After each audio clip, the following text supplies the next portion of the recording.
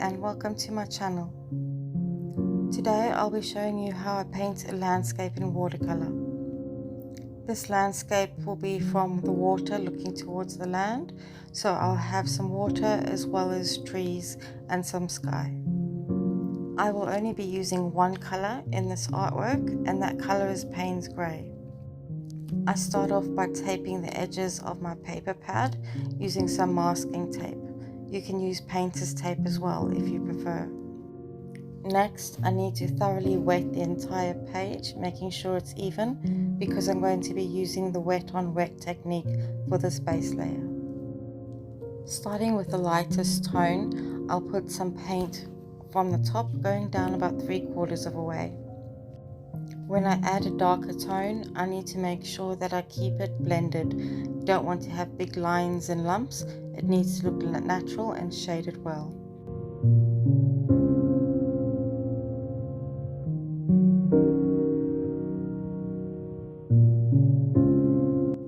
Once you've got this background the way you want it, it will be time to do the darker bits. So this is going to be the edge where the water meets the land.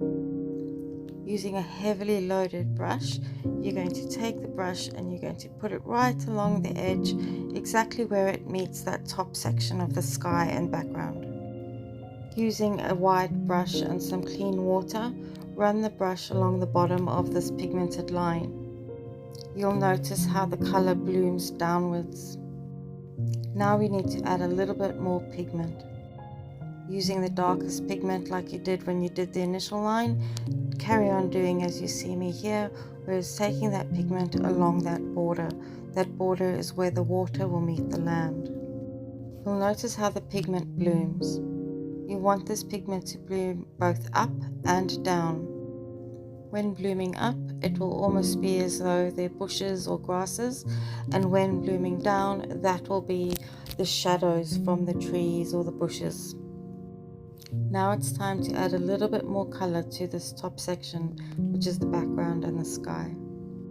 I'm going to make sure that I have a light sky and a light background, but you can do yours in any tone that you like. Using up some crumpled toilet paper, just do little dabs across that sky section at the top, and this will help you with your clouds. Before the page dries completely, we're just going to do a couple trees. They're going to be just the outlines or the shadows of the trees.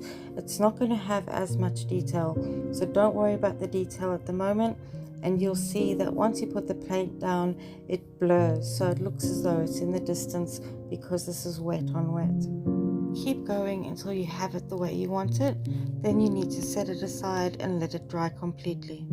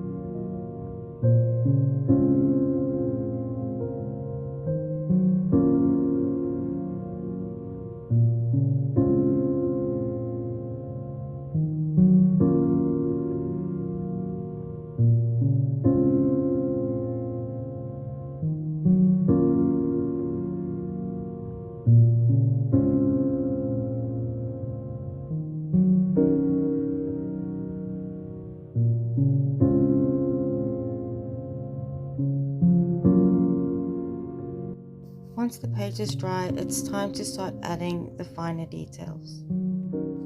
I like to start with the clouds in the sky, just adding extra shadows or making the whites a little bit whiter as I go along. This I just do a little bit intuitively, just kind of looking at the page and imagining where the bits would be darker and where it would be lighter, and actually just letting go and having fun and see how it comes out.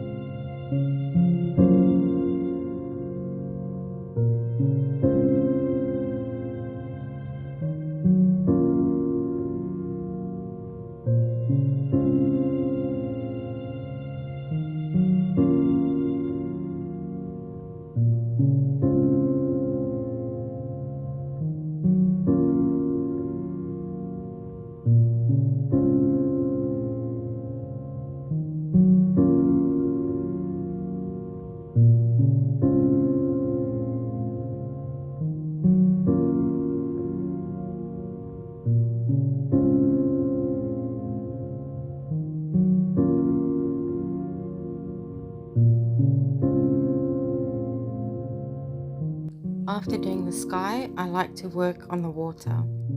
I like to place the highlights and the lowlights, and I also like to make sure that I've got shadows from the trees. I do this intuitively like I do the sky. I just relax and let go and just have fun. I always find painting the sky and the water extremely peaceful. There's just something about the shapes and the shadows that just sings to my soul.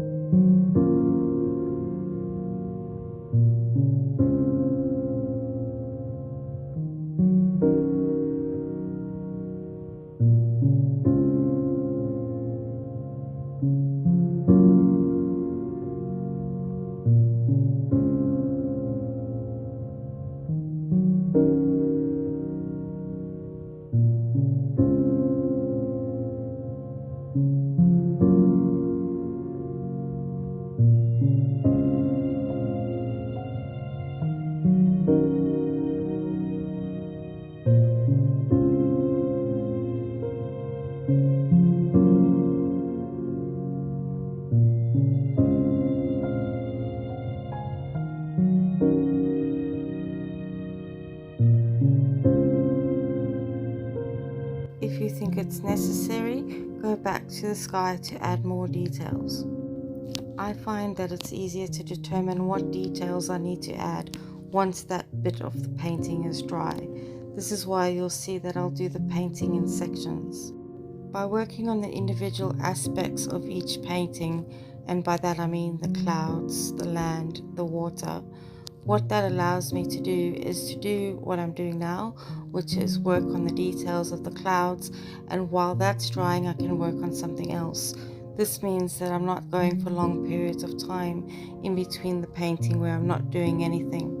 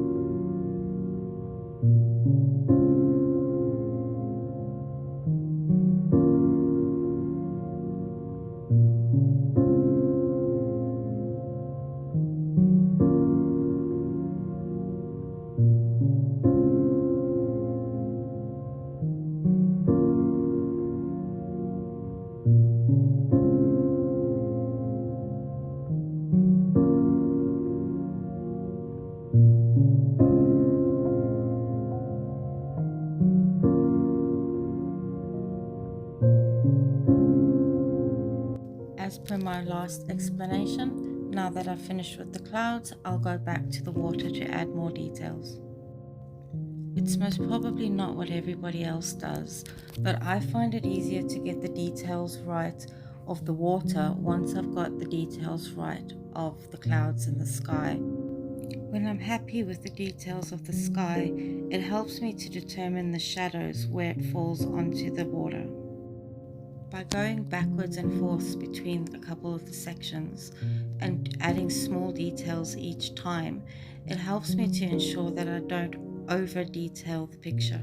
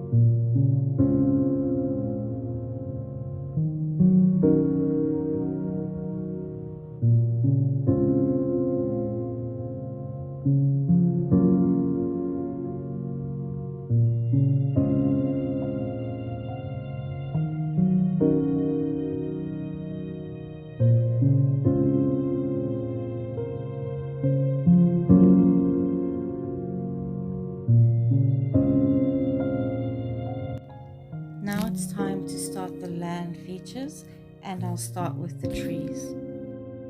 Normally I would make sure that the page is completely dry before adding these details, but in this case I don't want that to happen. By working on a page that isn't completely dry, you'll notice that some sections of this tree bloom and others have that nice crisp definition of the paint because that's the dry section. I want these trees to be the same shape, but I don't want them all to look the same. I want some parts of it blooming and I want some part of it with more definition.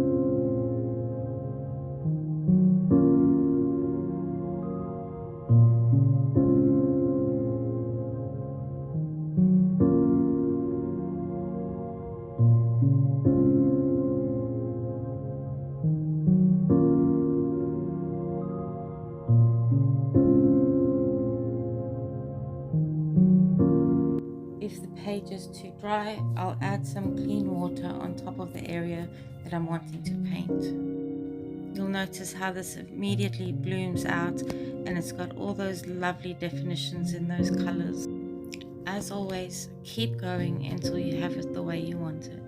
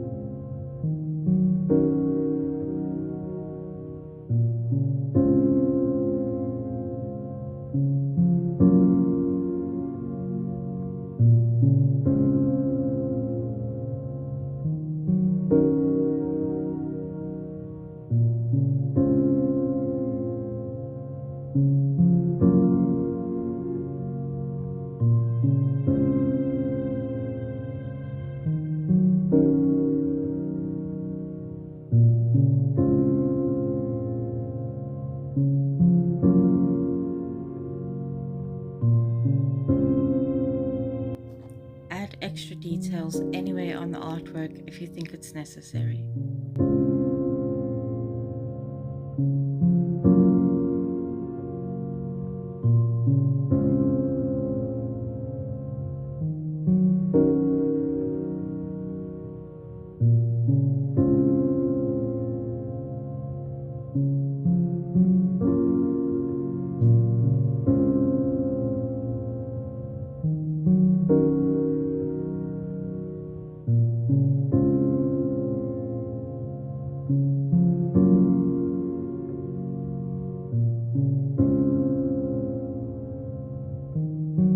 When the second layer of this painting is completely dry, then it's time to start adding the third layer, which will be the final layer.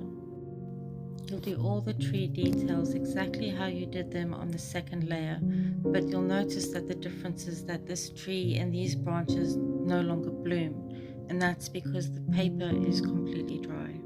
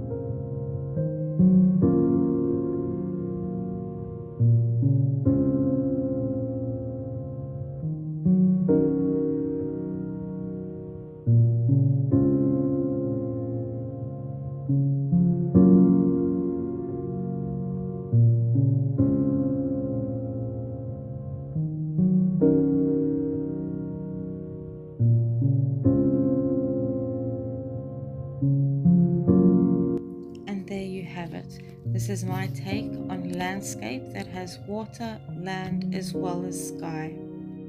Thank you so much for watching. I hope you got some value out of this video. Take care and have a lovely day further.